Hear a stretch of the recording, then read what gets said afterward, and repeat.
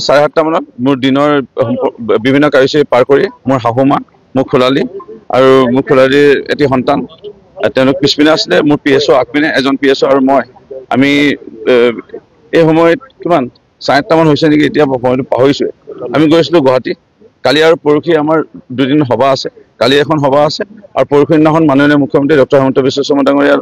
প্ৰায় দিনৰ 1:30 বজাত এটা বিশেষ সভা আহ্বান কৰিছিলে সাংসদ বিধায়কৰ আৰু আমাৰ বিজেপি জিলা সভাপতিসকলৰ সেই সভালৈ বুলি পেলাই মই গুৱাহাটী আহি আছিলোঁ আৰু হঠাৎ এই কুৰাবাৰী বুলি কয় আমাৰ মানে বিহৰা বাগান জাষ্ট পাৰ হৈ মই কোনো নে মোৰ 20 বছৰ ৰাজনীতি জীৱন মোৰ মাও বিধায়িকা আছিল এই যোৰহাট গুৱাহাটী আমি অহা যোৱা কৰোঁ পাথৰ মৰা এইটো কেতিয়া শুনা নাছিলোঁ পোনপ্ৰথমবাৰৰ বাবে এইটো পালোঁ ডাঙৰ এটা ইটা চপৰা মোৰ গাড়ীৰ সন্মুখত মানে বাওঁহাতে ৰৈ থকা এজন যুৱক ডেকা যুৱক 35 বছৰমান হ'ব একদম আমি দেখা পাই আছোঁ মইতো কেলে পাথৰ তুলিছে নাজানো দেখা গৈ আছোঁ ঘপককৈ আমাৰ গাড়ী লৈ পেলাই পুনৰ মোৰ পিনে বিশেষকৈ ড্ৰাইভিং ছিটৰ পিনে পুনৰ মাৰি দিলে আমাৰ গাড়ী গোটেই গ্লাছ ভাঙিল আমি গোটেই মুখে চুখে গ্লাছ আমি অলপ দেৰি ৰৈ দিব লগা হ'ল লগে লগে পুলিচক খবৰ দিলোঁ আৰু যিহেতু ডিএছপি দায়িত্বত আছিলে আমাৰ মৰিনীত বাৰ্ডি বড়ো ডাঙৰীয়া তেখেত বৰ্তমান SDPO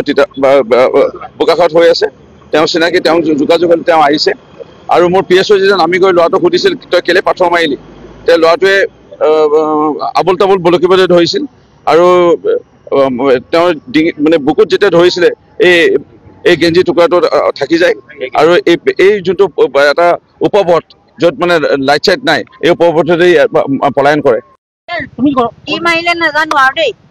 তাৰপিছতে একদম ঘূৰিবোৰ আহি আমাৰ পিছৰ চিটত আহি পৰিছে তাৰপিছতে তই কি দেখিলি কৈ মানে মানুহ এজন আমি গৈ থাকোঁতে দেখিছোঁ মানুহ এজনে মানে এইম লৈ আছে হেৰি এটা লৈ শিলগুটি এটা লৈ এইখিনিতে শ্ল' ওৱান ৱে তাৰ সেইকাৰণে মানে এইম লৈ পেলাই মাৰিছে মানে কোনোবাই খবৰ দিছে চাগে যোৰহাটত কি গৈছে এনেকুৱা গাড়ী মানে এইটো প্লেন যেনে লাগিছে মানে কোনোবা চিনাকি মানে মোৰ মতেতো কোনোবাই চাগে চিনাকি মানুহে কৈছে নহ'লে বেলেগ গাড়ীকো মাৰিব পাৰিলেহেঁতেন এখন গাড়ীকে এইম কৰি ড্ৰাইভাৰ চিটটোলৈ মাৰিছে